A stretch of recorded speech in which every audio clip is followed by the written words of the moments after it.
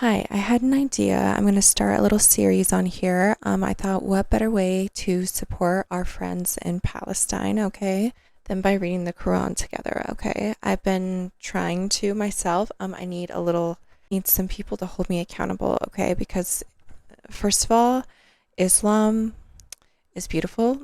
A lot of us in the Western world have been told to fear this very beautiful thing. And I think there was a reason that we were told to fear this because I'm not even joking.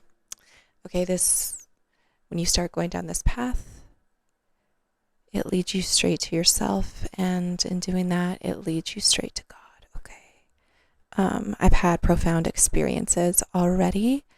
My older sister, shout out to her. She sent me this. Okay.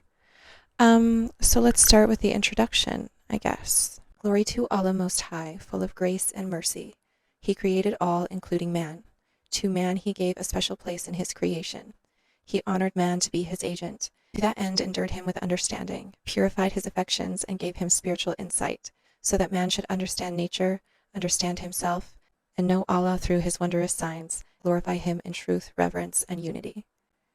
For the fulfillment of his great trust, man was further given a will, so that his acts should reflect Allah's universal will and law, and his mind freely choosing, should experience the sublime joy of being in harmony with the infinite, and with the great drama of the world around him, and with his own spiritual growth.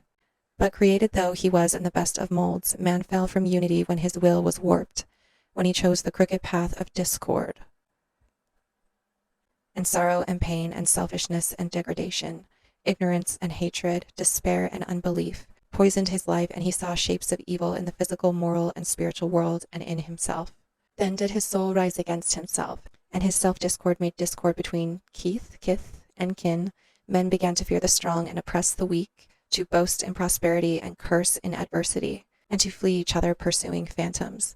For the truth and reality of unity was gone from their minds. Men spread themselves over the earth and became many nations, speaking diverse languages and observing diverse customs and laws.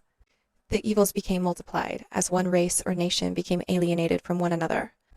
The brotherhood of man was now doubly forgotten, first between individuals and secondly between nations. Hello. Arrogance, selfishness, and untruth were sown and reaped in larger fields, and peace and faith, love and justice were obscured over masses of men, as large tracts of land were starved of sunshine by clouds floating far on high.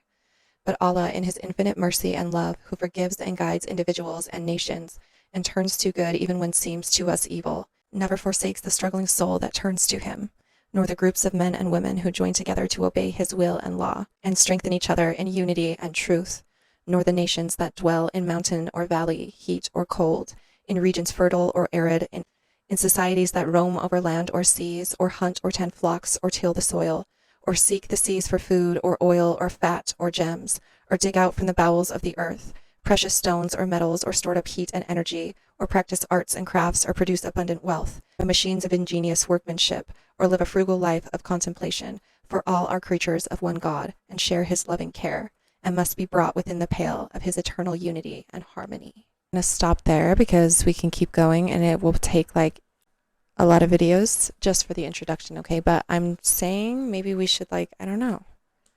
Maybe I should go live and we should read it together. Maybe I should just do a series.